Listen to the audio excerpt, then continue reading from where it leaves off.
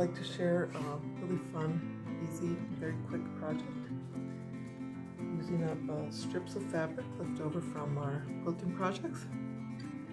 And so I've gone through my stash of scraps, and I have looked for different strips of fabric. You can work in this one same color family or mixed colors. Both ways work really well. And what you're just looking is for strips that are at least an inch wide. I wouldn't go any narrower than that. I like to work with strips about between 1.5 and 2 inches wide, and sometimes a little bit wider, but I wouldn't go wider than the 2.5. This is a really fun way to use up all these strips. So just go through, see what you have, and you'll see that they're all different lengths. Okay? But what I do want to do is make sure that my strips are at least 14 inches, I'd say 14 to 15 inches long, to give me enough space then afterwards to trim the placemat after quilting it. So if you have short strips, this actually adds to the overall texture of the placemat. What you can do then is simply join the short strips until you achieve the desired length. So once again, between 14 to 15 inches long to give you some room for the quilting, and then later you can trim them down. So then all this means is that what we're going to do is start joining. I like to kind of alternate wide strips with narrow strips. So just start joining and keep joining. I would lay them out first in a pleasing manner, so whatever really kind of strikes your fancy. But then keep joining until you have a piece that should measure at least 19 inches. I would say 19 to 20 inches. This one's about 19.5. And this really is important because after quilting, you will lose about an inch in the width. So this piece measures about 14.5 by 19.5. Okay. So once this is, all these pieces are joined, we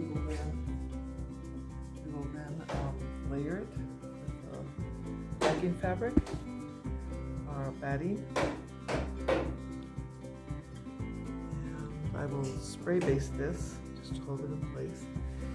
And then what I'm going to do is I am just going to go ahead and do a straight line quilting, just straight lines about 1/4 of an inch apart from each one. So I'll go and do that now.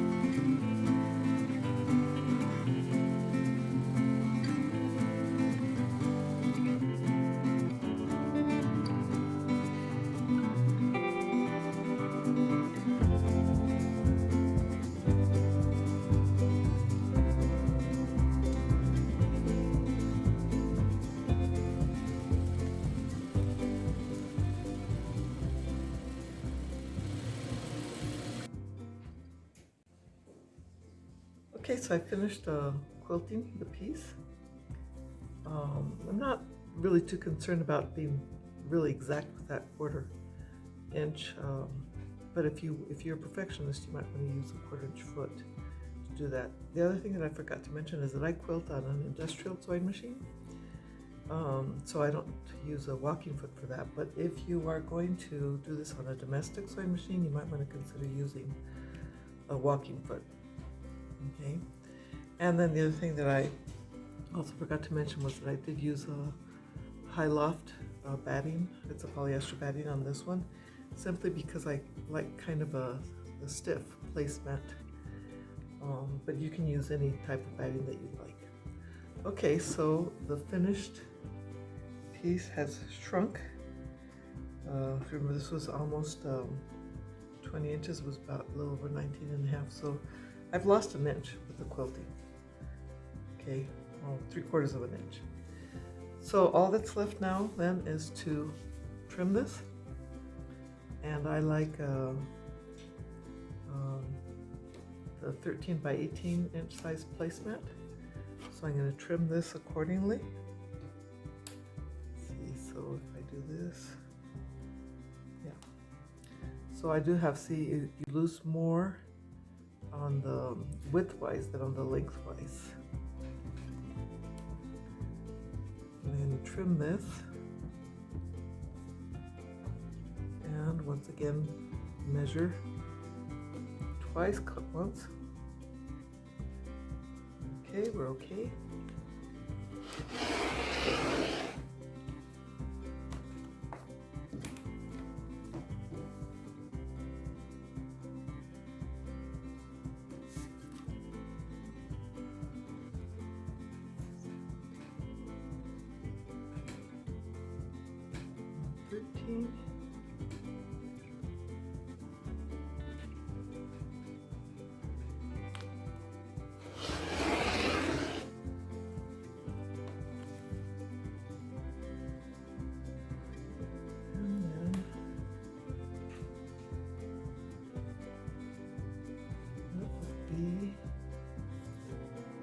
Yep, just make it. So this is 13, and then width-wise it will be 18 inches.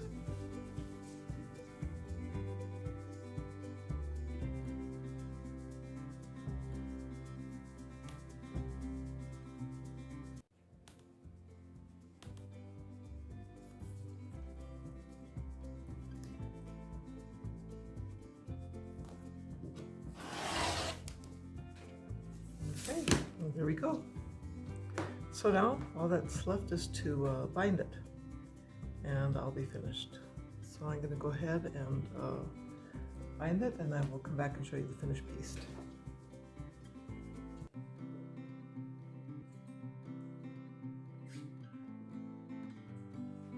So here's the finished placemat, in a few other colors.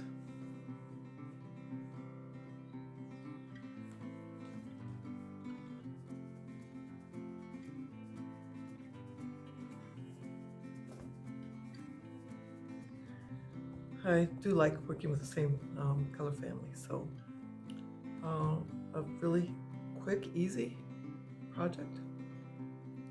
I hope you'll give it a try, and I hope that this information has been useful for you. Thank you for watching.